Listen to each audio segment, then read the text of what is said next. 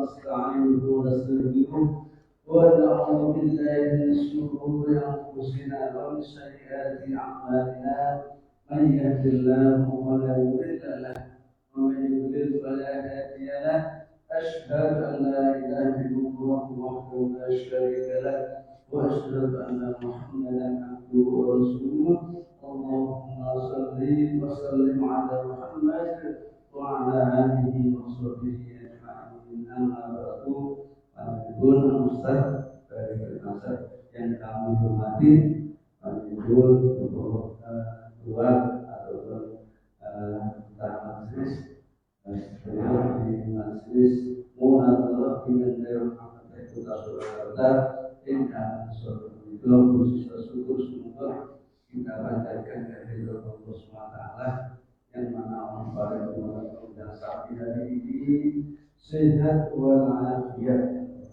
dan keduanya berwalikin Allah rahmat hidayah inayah sehingga dengan kedua nikmat menikah serta keluarga sami sakit kebahagiaan bertemu bersama di majelis ilmu kajian ilmu Islam yang akan membawa kepada kita bersama ilmu amal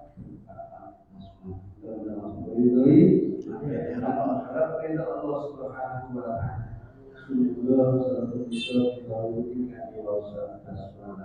Bismillahirrahmanirrahim. Kajian sore hari ini tema soal sunnah yang diperselisihkan yang akan sampai dalam pun sebagai masing-masing dan makin mudah-mudahan makin nambah amal kerjasama di masa ini kamu untuk Ustaz Bismillahirrahmanirrahim. Assalamualaikum warahmatullahi wabarakatuh. Alhamdulillahi rabbil alamin wa bihi nasta'inu ala umuri dunya waddin. Asyhadu an la ilaha illallah al-haqqul mubin. وأشهد أن محمدا عبده ورسوله صادق الوعد الأمين اللهم صل على محمد وعلى آله وصحبه أجمعين أما بعد فقال الله تعالى في القرآن الكريم وهو أصدق القائلين أعوذ بالله من الشيطان الرجيم وأقيموا الصلاة وآتوا الزكاة وأطيعوا الرسول لعلكم ترحمون صدق الله العلي العظيم. Jamaah kajian munazarah yang insyaallah senantiasa diberkahi oleh Allah Subhanahu wa taala. Alhamdulillah wa syukurillah, pada sore hari ini kita masih diberikan oleh Allah kesempatan dan kesehatan, di mana dua nikmat ini yang sering kita lalaikan, as-sihhatu wal faragh, sehat dan kesempatan atau waktu luang. Walaupun di tengah-tengah kita sudah memilih wali kota dan gubernur Jawa Tengah di sini Itu yang milih Tapi insyaallah amanah ini harus milih. Tidak boleh golput karena dalam Muhammadiyah memang harus memilih dan mudah-mudahan pemimpin-pemimpin yang kita pilih nantinya yang menang siapapun orangnya, siapapun pemimpinnya mudah-mudahan amanah dan bisa memakmurkan rakyatnya, menjalankan amanahnya dengan sebaik-baiknya. Amin ya rabbal alamin.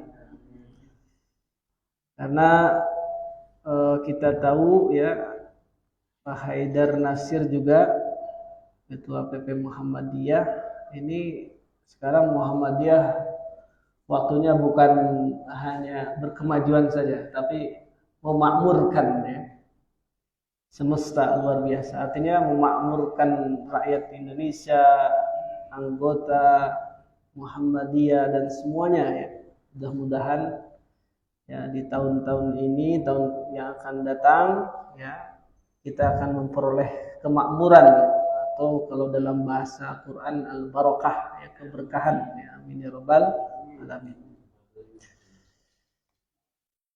Bapak Ibu hadirin rahimakumullah, pada sore hari ini insyaallah kita akan membahas tentang sholat-sholat sunnah yang diperselisihkan. Ya.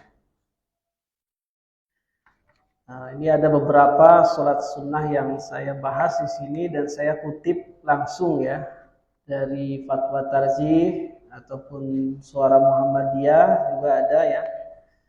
Jadi yang sudah langsung dari sumbernya saja ya. Karena sebenarnya di Muhammadiyah sendiri segala permasalahan apapun itu termasuk permasalahan fikih, ibadah ataupun muamalah itu alhamdulillah kita terutama di Muhammadiyah sudah banyak tanya jawab ya. Yang sering itu memang ditanya jawab di tarjih atau di fatwa tarjih ya .or.id itu sering ya, sehingga ada kumpulan tanya jawab ataupun fatwa majelis tarjih dan tarjih Muhammadiyah itu dikumpulkan dalam 8 jilid dan yang terbaru sekarang sudah 9 jilid sudah terbit kalau tidak salah ya. Itu tanya jawab ya atau fatwa-fatwa sekitar pertanyaan dari masyarakat, dari anggota warga Muhammadiyah. Baik, yang pertama kaitannya dengan sholat sunnah rawatib. Ya. Nah, ini bukan berarti sholat sunnahnya tidak masyru' ya. Jadi yang diperselisihkan itu imma tata cara pengerjaannya ataupun mungkin kaifiyat doa-doa dan lain sebagainya, macam-macam ya yang diperselisihkan. Ataupun ada sholat sunnah yang mungkin bapak-bapak, ibu-ibu baru dengar, misalkan sholat sunnah kalau isyraq atau syuruk itu sudah biasa ya, ada juga sering mendengar. Kemudian sholat sunnatul hifzi mungkin baru dengar ya. Nah, ini sering diperselisihkan. Atau sunnah li taqwiyatil hifzi, li quwwatil hifzi. Ada sholat sunnah kalau di pondok-pondok pesantren tahfidz itu biasanya ada sholat sunnah untuk menguatkan hafalan. Ya. Lalu bagaimana Muhammadiyah menjawabnya? Ya. Nah, di sini akan kita bahas insyaallah. Ya. Sebenarnya banyak sekali masalah sholat sunnah itu yang diperselisihkan. Ataupun banyak perbedaan pendapat ulama dari segi dalil-dalilnya ya, dari segi perspektif mazahib al-arba'ah ya, 4 mazhab, kemudian perspektif Muhammadiyah bagaimana ya, banyak ya. Yang pertama pertanyaannya dari warga Muhammadiyah ya, tentang sholat sunnah rawatib ini, bagaimana hukumnya? Yang pertama, jika sholat sunnah dilakukan tergesa-gesa ya, jadi sholat sunnah yang dilakukan tergesa-gesa bagaimana hukumnya? Kemudian tidak tumakninah karena waktu iqamah tinggal 2-3 menit lagi, ataupun mungkin hanya 1 menit lagi gitu. Masih mending kalau sudah ada ininya ya, menitannya, alhamdulillah. Tapi ada yang masih tidak ada menitan iqamahnya ya. Bahkan kalau di Mesir itu sebenarnya lebih lama sholat subuh itu jedanya itu lebih lama.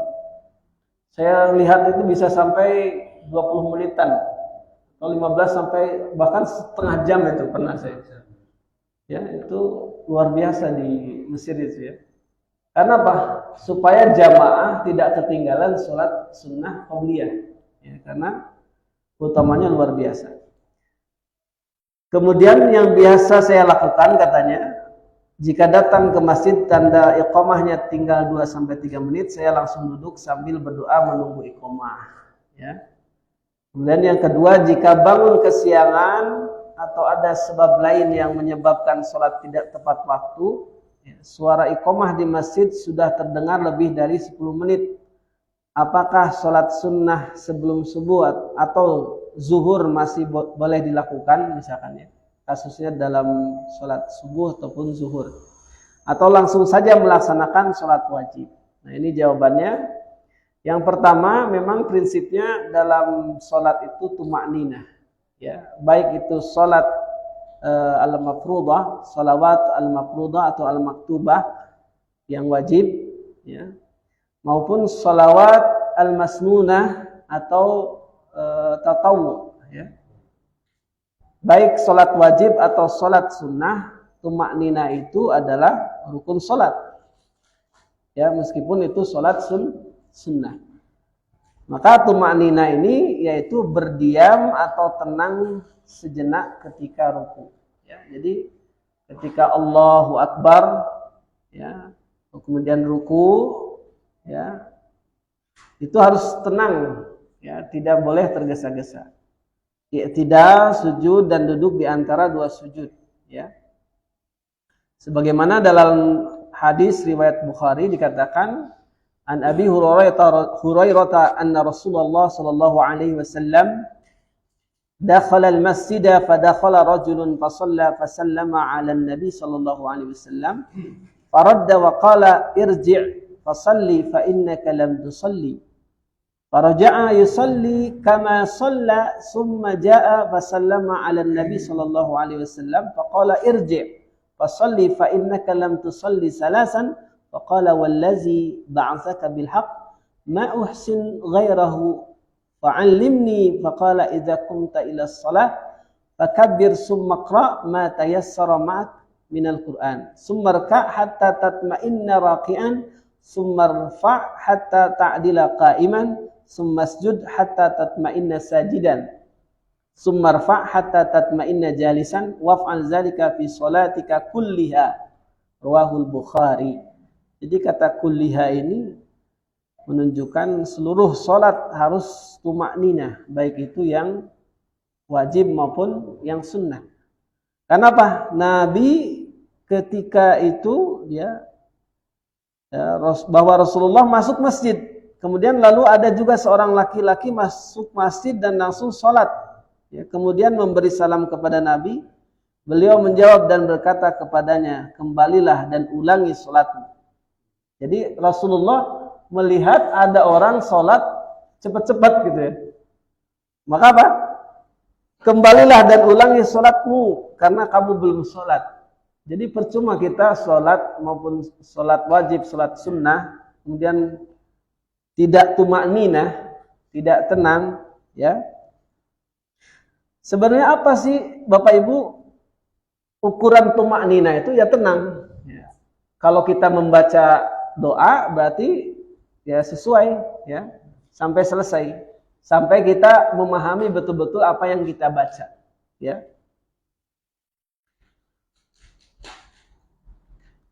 Wa'bud rabbaka hatta ya'tiyakal yakin. Jadi beribadahlah, ya, kepada Rabbmu sampai datang keyakinan atau sampai kamu betul-betul yakin dengan bacaan yang kita baca, dengan doa yang kita panjatkan kepada Allah. Karena sholat itu intinya adalah doa, ya. Maka ketika doa kita baca kemudian kita cepat-cepat, sama saja kita seolah-olah kalau minta Bapak Ibu, ya, minta cepat-cepat gimana ya? Orang belum paham apa maksudnya, apa permintaannya, tiba-tiba langsung pergi saja, begitu saja, ya. Kira-kira Bapak Ibu kalau ada minta-minta kemudian cepat-cepat gitu dikasih nggak? Saya yakin tidak dikasih. Ya, orang manusia itu namanya orang minta pasti pelan-pelan, tenang, istilahnya apa? Sampai betul-betul paham apa kemauannya, apa permintaannya, ya. Oh, jangan sampai Allah tahu apa yang kita minta, ya. Tapi kitanya tidak tenang, ya, tidak tahu apa yang kita baca, ya. Padahal Allah juga ingin mengetahui bagaimana kehusyuan, ya, kemudian ketadarruan, ketundukan, kepatuhan kita kepada Allah, ya, dan kehusyuan kita ya ketika sholat. Kalau tidak tumaninah maka apa? Tidak ada yang namanya sholat berfaedah ya. Kalau tidak tumaninah, kenapa? Ya seolah-olah orang ya melakukan gerakan saja, tidak tahu apa yang dia baca ya, tidak paham apa yang dia utarakan ya ketika sholatnya menghadap Allah. Itu otomatis Bapak Ibu harus betul-betul paham apa yang kita baca. Kemudian sampai 3 kali terus begitu ya. Kembalilah dan ulangi sholatmu karena kamu belum sholat, kata Rasulullah. Beliau memerintahkan orang ini sampai 3 kali hingga akhirnya laki-laki tersebut berkata, demi zat yang mengutus engkau, wahai Tuanku, wahai Rasulullah, dengan hak aku tidak bisa melakukan yang lebih baik dari itu. Ajarilah aku. Kemudian beliau lantas berkata, jika kamu berdiri untuk sholat maka mulailah dengan takbir, lalu bacalah apa yang mudah buatmu dari Al-Quran, artinya surat-surat pendek ya. Kemudian rukuklah sampai benar-benar ruku dengan tumakninah, dengan tenang ya. Jadi orang ini ditegur 3 kali, bingung apa salah saya ya. Sholat tapi kayak the place gitu. Kayak orang-orang yang ya tergesa-gesa ya. Nah, ataupun sebaliknya ya, terlalu lama karena ngantuk, sujudnya terlalu lama gitu ya Bapak Ibu. Nah itu sudah hilang akal loh ya, batal itu. Apalagi sampai dia kentut ya. Tidak tahu kan kalau namanya sudah hilang kesadarannya, kita sujud, apalagi sholat tarawih Bapak Ibu ya.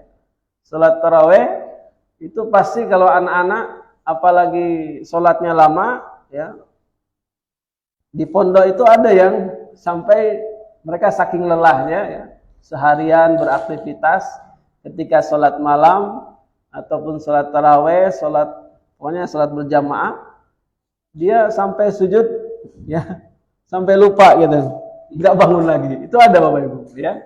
Dan itu kejadian hanya di pesantren saya lihat tuh ya. Kalau di masjid biasa, jamaah biasa jarang ya. Tapi itu di pesantren banyak anak-anak yang saking capeknya karena aktivitas, maka sebenarnya apa? Disarankan untuk kembali sholat lagi. Kenapa? Sudah hilang itu kesadarannya ya. Karena sudah hilang kesadarannya, ya harus diulang lagi ya. Kecuali ada sebagian pendapat yang ketika dia duduk gini kan, kemudian apakah dia ketiduran, kemudian biasanya setelah sholat, kemudian nunggu sholat isya, misalnya sholat maghrib selesai, sholat isya, dia ngantuk gini ya. Kalau posisinya begini, ada sebagian selama dia masih tegak, nah tidak membatalkan. Tapi lagi-lagi kalau kita ragu, lebih baik ya wudu ya, fasbighil wudu. Karena Rasulullah menganjurkan untuk menyempurnakan wudu, walaupun sudah punya wudu, wudu lagi ya. Kemudian dari permasalahan ini ya, jadi dari 2-3 menit salat itu untuk salat sunnah ya, insya Allah katanya cukup dan bisa dikerjakan dengan tumakninah. Bisa enggak Bapak Ibu? 2-3 menit kalau 2 rakaat. 3 menit mungkin lebih tumakninah ya, bahkan lebih ya, lebih ahsannya itu. Nah kalau namanya sholat sunnah Bapak Ibu, berarti yang wajib saja. Kalau memang waktunya 2-3 menit, berarti tidak usah tadi matayasara minal Quran, cukup Al-Fatihah saja. Karena pas surat-surat yang lain adalah sunnah ya hukumnya. Jadi membaca surat yang lain, surat pendek itu sunnah ya. Jadi hanya surat Al-Fatihah saja, kemudian langsung ruku ya. Termasuk doa iftitah ya. Iftitah itu juga sunnah ya. Maka misalkan sudah waktunya 2-3 menit lagi, kita masih iftitah ya. Nah, ini terlalu jadi tergesa-gesa. Maka tumakninah lebih baik, yang wajibnya saja enggak apa-apa. ya. Ala kulli hal, yang penting adalah tumakninahnya. Ya. Tumakninahnya itu harus ketenangan ya dalam sholat. Bahkan Rasulullah saja menganjurkan ketika sudah qomat, kita kemudian masbuk, ya tidak usah kita berjalan tergesa-gesa, ya berlari apalagi. Ya, kenapa? Setiap langkah itu berpahala. Maka tenang saja. Ya. Itu yang jadi masalah, wah takut masbuk ya. Ada anak kecil Bapak Ibu yang menangis ketika masbuk ya, ayahnya menegurnya ya. Tidak apa-apa nak katanya, masbuk juga yang penting apa? Masih tetap dapat pahalanya ya. Pahala berjamaah ya. Kemudian an Abi Qatadah ya, anna Rasulullah sallallahu alaihi wasallam qala idza dakhala ahadukumul masjid falyarka' rak'atain qabla ay yajlis. Dari Abu Qatadah As-Salami ya, diriwayatkan bahwa Rasulullah sallallahu alaihi wasallam bersabda, jika salah seorang dari kalian masuk masjid maka hendaklah ia salat 2 rakaat sebelum ia duduk. Hadis riwayat Al-Bukhari.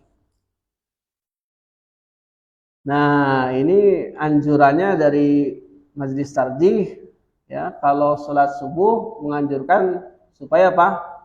Tidak terlambat, maka menghidupkan alarm katanya ya, di sini. Artinya apa? Kalau jam atau HP dibuat alarm ya, supaya apa? Ada pengingat. Ya, kenapa? Tadi ketergesa-gesaan itu tidak baik, al-ajalatu minasyaitan ya. Kadang hal yang sepele saja Bapak Ibu, kita tergesa-gesa ketika mau sholat karena takut masbuk ya, bisa jadi terjatuh juga ya. Bahkan ada kejadian waktu Idul Adha itu ada orang masbuk ya, tergesa-gesa kemudian berjalan pas itu sholat Idul Adha ya, pas waktu Idul Adha ya, subuh Idul Adhanya ya, sebelum sholat Idul Adha, waktu subuh itu dia tergesa-gesa pakai pakaian putih, tiba-tiba dia agak sedikit berlari, kemudian sapi itu kaget. Saking kagetnya sapi kemudian apa? Loncat. Loncatnya jadi ke ini apa namanya? Cekik, kejerat ya. Akhirnya apa? Tidak bisa terselamatkan. Kenapa? Orang fokus sholat jamaah dan dia tidak tahu kalau sapinya itu tercekik gitu. Nah, akhirnya apa? Sesuatu yang ya sudah, itu qadarullah ya. Musibah. Akhirnya sapi yang tadinya sudah urunan ya, 7 orang ya, tidak bisa disembelih, akhirnya langsung dikuburkan ya. Karena apa? Sudah menjadi haram kan? Karena tidak disembelih ya. Tapi insya Allah pahalanya tetap dapat ya, karena sudah beli sapinya ya. Tapi memang harus hati-hati. Hal-hal yang sifatnya seperti itu saja, ketergesa-gesaan, kenapa kita tidak boleh tergesa-gesa? Ya karena al-ajalatu minasyaitan ya. Jadi tergesa-gesa itu adalah bagian dari tingkah laku setan ya. Maka tidak usah kita tergesa-gesa ya, terutama apa? Ketika sholat harus tenang betul-betul ya. Walaupun dalam keadaan masbuk, maka apa? Ikutilah sholat itu dengan tenang saja ya. Sampai berjalan pun ya tenang saja gitu ya. Kemudian selanjutnya yang kedua, sholat sunnah rawatib dapat dilakukan selama belum iqomah. Jadi selama belum iqomah ya sholat sunnah ya laksanakan saja. Ya. Tadi cara-caranya supaya kita tahu misalkan hanya beberapa menit, ya dikurangi saja. Yang sunnahnya tidak dibaca. Yang wajib-wajib saja kita baca. Termasuk doa itu juga sujud, misalkan sunnahnya 3 kali. Tapi sekali saja cukup. Ya. Bisa ada 2, subhanakallahumma rabbana wa bihamdika Allahumma ighfirli. Ada juga yang subhana rabbiyal azim. Ya, kalau di Muhammadiyah sesuai redaksi hadisnya subhana rabbiyal azim saja. Jadi boleh dua-duanya, ya. Itu sekali saja sudah cukup. Atau rabbana walakal hamdu, ya, ketika i'tidal. Itu cukup segitu, ya. Ada yang tambahan lainnya boleh. Tapi ketika dalam keadaan waktunya sempit maka dipersingkat bisa ya. Termasuk tadi doa-doa iftitah dan lain sebagainya. Pokoknya yang sunnah-sunnah itu tidak dilakukan dan jadi masalah. Yang penting kita dapat sholat sunnah rawatibnya, ya, qabliyah, terutama qabliyah subuh. Kemudian yang lainnya, ya, maka begitu iqamah maka tidak boleh sholat tahiyatul masjid, sholat sunnah rawatib atau sholat sunnah lainnya. Jadi ketika iqamah dikumandangkan, ya, maka apa? Kita tidak usah sholat sunnah lagi, ya, langsung bersegera apa? Untuk sholat jamaah, ya. Terkadang ada yang sudah qomat kemudian Allahu Akbar gitu. Dia sholat sunnah padahal apa? Sudah waktunya jamaah, sholat jamaah, ya. Maka apa? Ya tidak mengikuti imam jadinya. Fadilah keutamaan sholat jamaahnya, ya, berkurang jadinya, ya. Kenapa? Imam itu harus ditaati. Yang sawu sufufakum, ya. Nah, ada yang masih sholat bagaimana? Gitu. Ya, maka lebih ahsannya juga ketika misalkan mau iqamah itu lihat dulu jamaahnya, ya. Kalau masih ada yang sholat sunnah maka selesaikan dulu. Jangan sampai dia sholat kemudian tergesa-gesa, ya. Nah, ini baiknya seperti itu. Maka imam dan muazzin itu harus melihat jamaahnya, ya. Kemudian Nabi Hurairah radhiyallahu anhu an Nabi sallallahu alaihi wasallam annahu qala idza uqimatis shalah fala salata illa al maktubah. Ini rawahu Muslim. Jadi dari Abu Hurairah, ya, Rasulullah bersabda bahwasanya idza uqimatis shalah, ketika salat telah didirikan ataupun iqamah telah dikumandangkan, fala salata illa al maktubah, maka tidak ada salat kecuali apa? Yang fardu, ya. Hadis riwayat Muslim. Berdasarkan hadis di atas dapat dipahami bahwa begitu iqamah dikumandangkan, makmum harus segera sholat fardu mengikuti imam. Jadi dalam sholat sunat rawatib ini juga perlu diperhatikan, ketika sudah iqamah berarti tidak usah mengerjakan sholat sunnah rawatib, ya, langsung sholat fardu mengikuti imam. Demikian pula apabila sudah iqamah sementara ada makmum yang sedang sholat sunnah, maka dia harus segera memperingan sholat sunnahnya agar bisa mengikuti sholat jamaah bersama imam. Ya, memperingan itu berarti tadi, ya, menyingkat saja doa-doanya dan lain sebagainya. Apabila dia merasa tidak bisa mengikuti imam, jika meneruskan sholat sunnahnya, maka dia boleh membatalkan sholat sunnahnya itu untuk segera mengikuti imam. Ya, misalkan baru satu rakaat atau baru ruku, tiba-tiba sudah iqamah, ya. Nah, di sini kalau fatwa Tarji mengatakan boleh membatalkan sholat sunnah karena ingin mengikuti jamaah sholat fardu, ya. Kemudian ada permasalahan lagi berkaitan dengan qadha sholat sunnah rawatib yang tertinggal. Nah, ini permasalahan berarti, ya, yang diperselisihkan. Apakah boleh? Misalkan tadi sholat sunnah qabliyah subuh, ya, banyak keutamaannya, ya, bahkan lebih baik dari dunia dan sisinya, sholatul fajar, ya. Kemudian bagaimana dia ketika ketinggalan sholat itu, ya, sudah iqamah dia tidak bisa melaksanakan sholatnya, sholat sunnahnya. Nah, mengenai qadha sholat sunnah rawatib yang tertinggal ada beberapa pendapat ulama, ya. Ulama mazhab yang pertama, ya, mazhab yang membolehkan kapanpun, ya, jadi boleh mengqadhanya, ya, kapanpun itu. Kedua, mazhab yang membolehkan qadha pada waktu-waktu yang tidak terlarang saja, ya, jadi di luar waktu yang terlarang, ya. Ketiga, mazhab yang mengatakan tidak perlu mengqadha salat sunnah rawatib yang tertinggal. Dan semua mazhab tersebut mempunyai dalil. Jadi ada 3 pendapat ulama berkaitan dengan qadha sholat sunnah rawatib yang tertinggal. Kemudian majelis tarjih dan tajdid tidak menggunakan istilah qadha, ya. Tetapi istilahnya adalah sholat pengganti, ya. Hal ini karena hadis-hadis yang berkaitan tidak menggunakan istilah qadha'us shalah, ya. Jadi tidak ada istilah qadha' shalah, ya, untuk sholat yang tertinggal, ya. Selanjutnya, sholat sunnah yang boleh diganti adalah yang mempunyai dalil secara khusus, seperti sholat sunnah subuh, sebelum zuhur, sesudah zuhur, dan sebelum asar. Ya. Nah ini baru mendengar mungkin. Kok sholat sunnah rawatib bisa diganti ya? Misalkan kita tertinggal sholat sunnah subuh, qabliyah, kemudian sholat lagi. Kenapa? Rasulullah pernah membiarkan sahabat, ya, yang dia sholat ketika ba'da subuh. Padahal ba'da subuh itu sholat yang terlarang kan? Tidak boleh sholat-sholat yang lainnya setelah subuh, ya. Kecuali setelah syuruk itu, ya. Nah, hadisnya Rasulullah bangun sementara matahari sudah naik di punggungnya. Kemudian Bilal mengumandangkan azan untuk sholat subuh. Lalu Rasulullah SAW sholat sunnah 2 rakaat. Kemudian beliau sholat subuh. Beliau melakukan apa yang beliau lakukan setiap hari. Nah ini kalau ini hadis tentang Rasulullah pernah bangun terlambat, ya, melaksanakan sholat subuh. Ya. Maka apa? Rasulullah melaksanakan sholat ketika itu. Ketika sudah terlambat, dia langsung melaksanakan. Ya. Hari itu juga.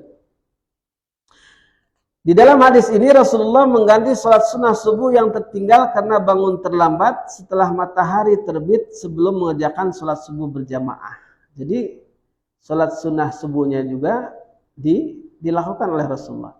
Kemudian dalil sholat sunnah sebelum zuhur yang diganti atau dilaksanakan setelah sholat zuhur. Dalilnya ini mohon maaf yang tadi hadisnya belum tak cantumkan ya ininya bahasa Arabnya. Yang kedua tentang sholat sebelum zuhur.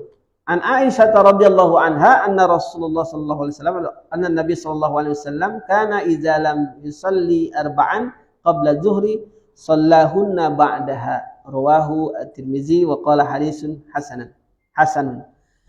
Bahwasanya dari Aisyah radhiyallahu anha diriwayatkan bahwa Nabi sallallahu alaihi wasallam apabila belum salat 4 rakaat sebelum zuhur, beliau melakukannya sesudahnya. Hadis riwayat At-Tirmizi. Hadis ini menjelaskan bahwa Nabi biasa mengganti salat sunnah 4 rakaat sebelum zuhur yang belum dikerjakan pada waktu setelah salat zuhur. Dalil yang selanjutnya, salat sunnah sesudah zuhur yang diganti dilaksanakan setelah salat asar. Nah ini yang agak rancu ya. Ya. Jadi salat sunnah setelah zuhur, tapi dilaksanakannya setelah asar. Padahal setelah asar tidak boleh salat. Ya. Ternyata ada dalilnya. Ya, ini diperselisihkan juga. Bahkan di Majelis Tarjih Muhammadiyah Kota Surakarta juga kita mengkaji ini. Ya. An Bukair anna Quraiban maula bin Abbas hadasahu anna ibn Abbas wa Abdurrahman bin Azhar wal Miswar ibni Makhrama arsalu ila Aisyah radhiyallahu anha faqalu iqra 'alaiha assalam minna jami'an wasalha 'anil rak'atain ba'da al-'ashr wa inna ukhbirna annaki tusalliha wa qad balaghana an-nabi sallallahu alaihi wasallam naha 'anha qala ibn Abbas wa kuntu adribu ma'a Umar an-nasa anhuma qala Quraib fadakhaltu 'alayha wa ballagtuha ma arsaluni faqalat sal umma Salamah fa akhbartuhum faradduni ila ummi Salamah bimisli ma arsaluni ila Aisyah ila akhir hadis. Ini panjang sekali hadisnya ya. Intinya ya dari Bukair ini bahwa Quraib budak Ibnu Abbas itu diriwayatkan telah menceritakan kepadanya bahwa Abdullah bin Abbas dan Abdurrahman bin Azhar serta Al-Miswar bin Makhrama mengirimnya kepada Aisyah istri Nabi SAW. Mereka berkata, sampaikan salam kami kepadanya dan tanyakan kepadanya mengenai 2 rakaat setelah sholat asar. Ya, jadi ada yang mengerjakan sholat sunnah setelah asar. Katakan bahwa kami telah mendapatkan berita tentang engkau yang melakukan kedua rakaat tersebut. Sementara telah sampai kepada kami bahwa Nabi SAW melarang dari keduanya. Jadi ketika ada sahabat yang sholat kok setelah asar, padahal Rasulullah melarangnya. Ya. Kemudian Ibnu Abbas berkata, dahulu aku bersama Umar ya Umar bin Khattab, memukul orang-orang karena melakukan keduanya. Ya. Quraib berkata, kemudian aku menemuinya dan menyampaikan kepadanya apa yang dengannya mereka mengutusku. Lalu ia berkata, tanyakan kepada Ummu Salamah. Kemudian aku keluar menemui mereka dan mengabarkan kepada mereka mengenai perkataan Aisyah. Kemudian mereka mengembalikanku kepada Ummu Salamah seperti sesuatu yang dengannya mereka mengirimku kepada Aisyah. Ini intinya sini panjang sekali ya Bapak Ibu. Kemudian Ummu Salamah berkata, aku mendengar Rasulullah melarang dari keduanya. Kemudian aku melihat beliau melakukan keduanya. Ketika beliau melakukan keduanya, sesungguhnya beliau telah melakukan salat asar. Kemudian beliau masuk dan di sisiku terdapat beberapa orang wanita dari Bani Haram dan dari kalangan Ansar. Kemudian beliau melakukan salat 2 rakaat tersebut. Jadi Bani Haram dari kalangan Ansar melakukan salat setelah asar. Lalu aku mengirim seorang budak wanita kepada beliau dan aku katakan, berdirilah di samping beliau dan katakan, Ummu Salamah berkata, wahai Rasulullah, bukankah saya telah mendengar Anda melarang dari melakukan 2 rakaat ini? Saya melihat Anda melakukan keduanya. Kemudian apabila beliau memberikan isyarat dengan tangannya, maka mundurlah darinya. Ummu Salamah berkata, kemudian budak wanita tersebut melakukannya, kemudian beliau memberikan isyarat dengan tangannya, lalu ia mundur dari beliau. Kemudian tatkala telah berpaling, beliau mengatakan, wahai anak Abu Umayyah, engkau bertanya mengenai 2 rakaat salat asar.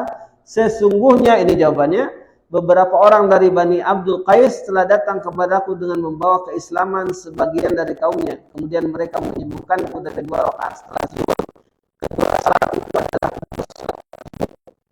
Di dalam hadis ini Rasulullah menerangkan bahwa karena kesibukan beliau berdakwah, beliau tidak sempat salat sunnah 2 rakaat setelah zuhur, sehingga beliau menggantinya pada waktu setelah salat asar. Jadi ada ya, dalam waktu tertentu Rasulullah sempat sholat, dia sholat ba'diyah zuhur, tapi dilakukan setelah asar. Ya, memang ada. Intinya begitu ya, hadis ini. Ya. Kemudian dalil sholat sunnah sebelum asar yang diganti dilaksanakan setelah sholat asar. Ada juga. Ya. An Abi Salamah bin Abdurrahman bin Auf annahu sa'ala Aisyah anis sajadatain allataini kana Rasulullah sallallahu alaihi wasallam yusallihima ba'da al-'asri. Faqalat kana yusallihima qabla al-'asri, summa innahu shaghala 'anhuma aw nasiyahuma fa shallahuma ba'da al-'asr. Jadi dari Abu Salamah bin Abdurrahman bin Auf diriwayatkan bahwa dia bertanya kepada Aisyah tentang 2 sujud rakaat yang dilakukan Rasulullah setelah asar. Dia menjawab, beliau biasa salat 2 rakaat sebelum asar, kemudian beliau sibuk atau lupa terhadapnya, maka beliau melakukannya setelah asar. Jadi karena kesibukan Rasulullah, ya, itu bedanya apakah ini berlaku juga pada umatnya gitu ya. Tapi sesibuk-sibuknya umat Rasulullah sepertinya tidak sesibuk Rasulullah ya. Nah itu, kita masih sempat lah ya untuk sholat qobliyah, asar dan lain sebagainya. Nah ini berarti Rasulullah itu tidak pernah meninggalkan. Ketika meninggalkan, beliau sampai mengqadanya, luar biasa. Saking Rasulullah istiqomah dalam melaksanakan sholat sunnah rawatib ini ya. Dan di dalam hadis ini diterangkan bahwa Rasulullah senantiasa melakukan sholat sunnah 2 rakaat sebelum asar, tapi apabila beliau sibuk atau terlupa, maka beliau melakukan sholat tersebut setelah asar. Jadi intinya ada dalilnya Bapak Ibu ya dalam masalah sholat sunnah rawatib ini ya. Kemudian sholat hajat. Ini berapa menit lagi nih? Masih lama nggih?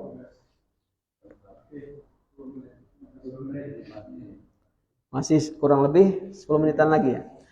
Sholat hajat bagaimana hukumnya?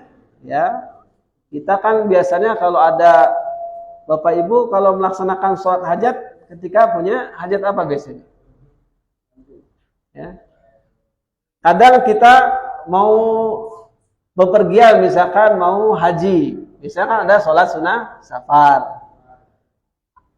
Saya kira Muhammadiyah jarang yang melakukan sholat sunnah hajat ya. Atau banyak juga? Alhamdulillah ya. Misalkan ketika suami istri mau berhubungan ya, itu kan punya hajat, maka apa? Ada yang menganjurkan sholat sunnah hajat dulu ya. Pokoknya apapun kebutuhannya, sholat sunat hajat ini adalah sholat sunnah yang dilakukan karena ada kepentingan, keperluan, apapun itu yang baik ya, terhadap Allah maupun terhadap sesama manusia. Nah, dalam buku Tanya Jawab Jilid 5 dikatakan sholat hajat dilakukan agar kepentingan atau keinginannya dikabulkan oleh Allah Subhanahu wa taala. Ya. Apa dalilnya? Ini juga bisa dibaca ya. Jadi ada hadis riwayat Ahmad, kemudian hadis riwayat At-Tirmidzi dan An-Nasa'i. Oh, ini yang hadis bahasa Arabnya belum saya sampaikan ya. Kemudian kedua hadis tersebut telah mendapat koreksi dalam Munas Tarjih ya. Yang pertama ya, dalam Munas Tarjih ke-30 di Makassar dinyatakan bahwa hadis yang bersumber dari Abu Darda dan Abu Aufa adalah hadis dhaif ya. Meskipun demikian, tapi di sini ada catatannya, putusan Munas tetap menguatkan hasil fatwa, yaitu bahwa sholat hajat disyariatkan atau disunahkan. Jadi masyru'ah. Intinya sholat sunnah ini walaupun di sini ada hadisnya dhaif ya dalam putusan Munas Tarjih ke-30 di Makassar, tetapi apa? Menguatkan hasil fatwa, ada fatwa yang membolehkan atau mensyariatkan salat sunnah hajat. Jadi ada hadis lain yang bersumber dari Utsman bin Hanif ya, dari Utsman bin Hunayf ya. Diriwayatkan bahwa ada seorang laki-laki buta mata mendatangi Rasulullah Nabi sallallahu alaihi wasallam lalu berkata, berdoalah kepada Allah agar Dia memberi kesehatan kepadaku. Beliau menjawab, jika engkau mau aku tangguhkan untukmu dan itu lebih baik bagimu, dan jika engkau mau aku akan berdoa. Ya, dia berkata, berdoalah kepadanya.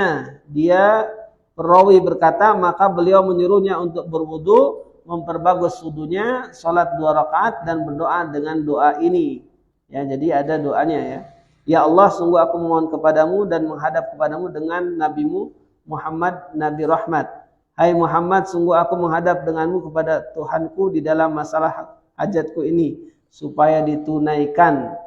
Ya Allah, berilah syafaat kepadanya untukmu. Hadis riwayat Ahmad, At-Tirmidzi dan Ibnu Majah. Jadi memang ada dalil lain ya, walaupun tadi 2 hadis dikatakan dhaif dalam Munas, ternyata ada hadis yang menguatkannya ya. Makanya dalam fatwa itu disyariatkan ya. Kemudian adapun tata cara dan waktu pelaksanaan salat hajat adalah sebagai berikut. Salat hajat dikerjakan 2 rakaat atau 4 rakaat atau 12 rakaat seperti salat pada umumnya.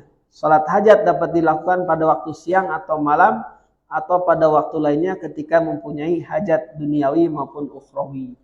Jadi kalau kita ingin keperluan, ingin sesuatu misalkan, apalagi yang ujian dan lain sebagainya ya, yang mau berangkat ataupun apapun itu ya, hajat apapun, ya boleh dimasukkan ya, disyariatkan.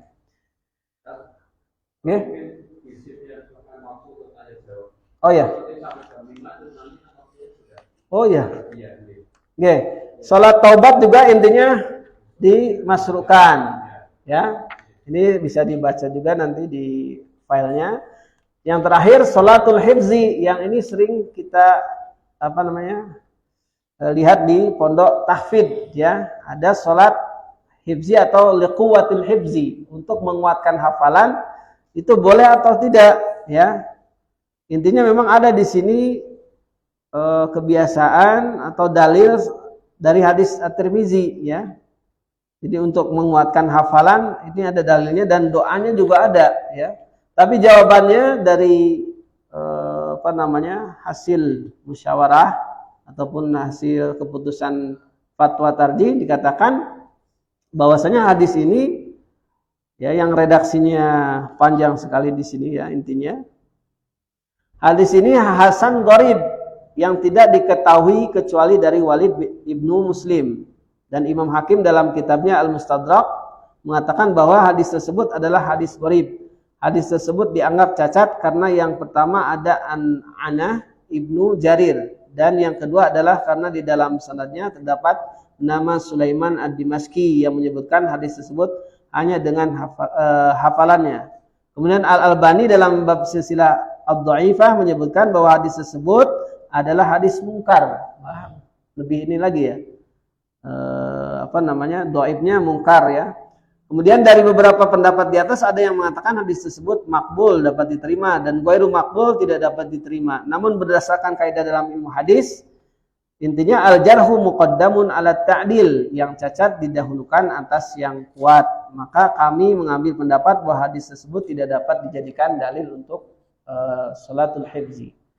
Mungkin itu Bapak Ibu beberapa hal berkaitan dengan salat sunnah yang diperselisihkan. Kalau ada tanya jawab, monggo. Ya. Terima kasih Ustaz. Saya sudah memberikan beberapa tentang salat sunnah yang diperselisihkan. Monggo. Assalamualaikum warahmatullahi wabarakatuh. Waalaikumsalam warahmatullahi wabarakatuh.